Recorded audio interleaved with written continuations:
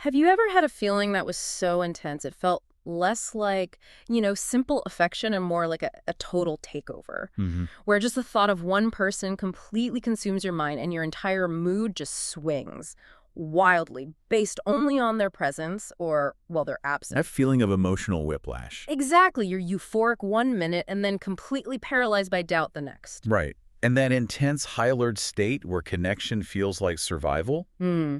that's exactly where we need to draw the line between a healthy bond and a true biological obsession. And it's so important to say up front, this isn't a personal failing, is it? Not at all. It is a predictable physiological response. I mean, it's not a moral issue. We're literally hardwired for connection. It's Yeah. it's necessary for us as social creatures. But Yeah. sometimes that wiring just goes into, I don't know, catastrophic overdrive. It's a chemical hijack. Our deep dive today makes it so clear that this shift, it's not about weak willpower. It's about a surge or sometimes a sharp drop of specific chemicals in the brain. So when that chase for affection starts to feel like you need it to breathe, we have to look under the hood. Exactly. And that's what we're doing. We are diving right into the neurochemistry, the hormones that can transform that initial attraction into a really anxious consuming attachment. We're looking at 5 key chemicals. 5 key chemicals, yeah. How they shift our behavior and how this state moves from something completely intoxicating to something just genuinely exhausting. Okay, so let's unpack this.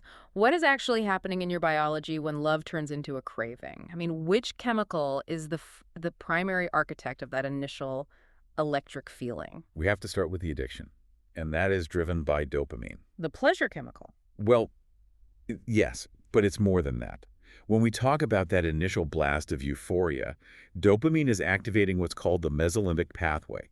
It specifically hits the VTA and the nucleus accumbens. Okay, so it's not just about feeling good. No, it's the engine of prediction and conditioning. Your brain isn't just feeling pleasure, it's learning to predict when it will feel that pleasure again. I know that feeling. Their smile or the sound of their voice, even just seeing a text message pop up on your screen, it becomes a direct trigger. A massive reward trigger, yes. Yeah. And this is classic reward learning. Your brain is being conditioned to believe that their attention, their presence, is an essential, high-value commodity. So you're conditioned to seek out the next dose. You are. Yeah. And here's the terrifying part, though. Yeah. What happens when that reward is withheld? Oh, yeah. They don't text back right away, or there's just silence. Anxiety instantly spikes because your brain has been conditioned to link that person's attention with a huge sense of well-being. Right. Withholding it feels like withdrawal. And your mind just starts racing. Completely. You get questions like, are they ghosting me? Did I say something wrong? That craving stops being a gentle want, and it becomes a biological need, making you feel completely lost without that constant dose of their attention. So you're constantly chasing that high, and that chase gets exhausting fast. So, okay, moving past that initial addiction phase, what happens when the relationship deepens? That brings us to the chemical that cements those bonds, right? Oxytocin. Oxytocin it's a beautiful thing. It's released during those shared sweet moments, physical closeness, cuddling, holding hands, even just sustained eye contact. It floods your brain with that feeling of warmth and safety. It does. It cements the emotional connection. But wait, oxytocin is also linked to things like empathy and long-term commitment. How can the same chemical be responsible for both that intense, wonderful bonding and the destructive clinginess we're talking about? That seems like a huge contradiction. And that's what's so fascinating here. The paradox is that very high levels of oxytocin actually increase the fear of separation. Wow, so the bonding hormone makes you more afraid of being alone. Exactly. The stronger the chemical bond it helps create, the higher the perceived threat when that bond is jeopardized. So you shift from just enjoying the closeness To constantly being in a state of high alert. You start wondering what they're doing, if they're with someone else. And that intense fear doesn't just stay internal. It drives those anxious behaviors we see. The clinginess, the double texting, compulsively checking to see if they've even read your message. The thought of separation feels biologically unbearable. It forces you into that dependent, anxiously attached behavior pattern. And this perpetual emotional roller coaster, it has a severe chemical cost. Let me guess. This is where stress comes in. This is where cortisol comes in. All that uncertainty in checking, it dramatically activates the HPA axis, which increases cortisol, our primary stress hormone. Obsessive love locks your system into a high alert threat detection mode. So the euphoric dopamine high gets completely canceled out by a constant cortisol spike. This That's brutal. It sounds like the brain is treating a missed text message with the same urgency as a physical threat. Precisely. You're constantly worried about their feelings or the future of the relationship. That leads to sleepless nights, racing thoughts.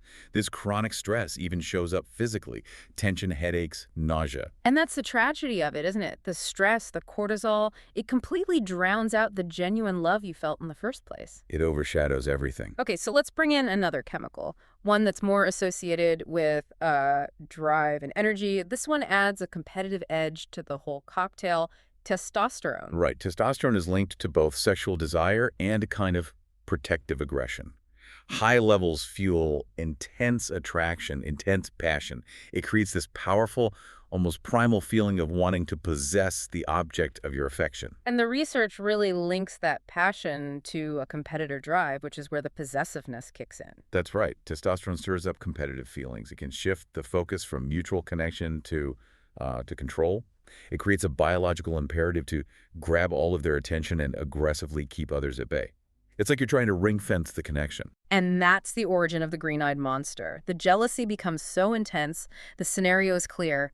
Someone else slides into their DMs. Not a chance. The feeling becomes one of being overly protective, and that can quickly spiral into controlling behaviors, all in a bid to stabilize that chemical threat you're feeling. It's a primal impulse for possession. But even as all these hormones, dopamine, oxytocin, testosterone, cortisol are spiking, there is one crucial chemical that takes a sharp dive, and that's serotonin. Ah, serotonin. The final piece of this exhausting puzzle. It's the key regulator for mood, for emotional stability. What happens when it drops so significantly in obsessive love? This might be the most significant insight of all. This specific decrease in serotonin is comparable to the low levels found in people with obsessive-compulsive disorder, or OCD. Wow. Serotonin usually acts as the brain's internal editor, filtering out noise, maintaining perspective. When it plummets, that editor just fails. So that explains why the brain gets locked in that cycle of intrusive, repetitive, and often catastrophic thoughts. It's the broken filter creating all the noise. Are they even into me? Did I mess things up? Their texting seems off. They're definitely mad. Exactly. The low serotonin traps the mind in a loop of compulsive overanalysis. You start interpreting every single action, every pause, as either a catastrophic negative signal or a fleeting positive one. The mental effort to decode everything is immense. So the love stops being warm and cozy. It becomes purely exhausting. So for someone who feels consumed by this chemical takeover, how do we intervene? How do you transform this attachment? The path to balance, it starts with understanding that we can actively regulate these chemical loops. Yeah. It's not hopeless. Okay. When obsessive love feels overwhelming, the first step is chemical intervention through mindfulness. Things like deep breathing or meditation, they aren't just calming ideas, they actively dampen that HPA axis to reduce the chronic cortisol spike we just talked about. So it's about creating a physiological space, a pause between the trigger and the reaction. Our sources also highlight a crucial cognitive reframing exercise. Yes, the mindset flip. This is essential for redefining that dopamine loop. Mhm. When you catch that crippling thought, I can't live without them, you have to consciously flip it To what? to an affirmation like, I am enough just as I am. This is a deliberate psychological counterattack.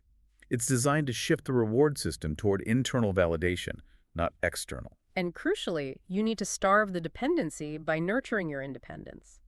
Focusing on your own goals, your friendships, your hobbies, that helps shift the chemical reward system away from needing validation from just one person. Nurturing those independent interests helps you feel more balanced. You become less dependent on the partner or crush for your happiness, and that reduces the extreme mood swings. And of course, if these feelings are just too strong to handle alone, Seeking professional support is key. it's vital. A therapist can provide guidance toward healthier, more regulated ways of loving. Okay, so to synthesize this whole journey, we start with the dopamine reward, which quickly turns into an addictive craving. Then that's compounded by oxytocin, which deepens the bond but also drives intense separation anxiety. Which then spikes cortisol, that debilitating stress hormone that keeps you on high alert. Meanwhile, testosterone adds passion and possessiveness, all while a sharp drop in serotonin locks your brain into that exhausting cycle of obsessive thoughts. Understanding this underlying neurochemistry, that has to be the first and most critical step. It is. It validates your experience. It shows you that what you're feeling is a physical, biological reaction. It's driven by what your brain perceives as a survival need. And that understanding is deeply empowering because by understanding and intervening in these chemical drives, you can shift your brain's focus from compulsive attachment back to, regulatory balance. You can have connection without the dependency. We've seen how the brain creates dependency to ensure connection, treating it almost as a matter of survival. But if dependency is the brain's way of trying to keep us safe, it raises a really important question. Which is? How do we redefine that chemical reward system so that self-sufficiency is prioritized, so that it becomes the highest reward? That's something for you to mull over the next time you feel that addictive cravings start to creep in.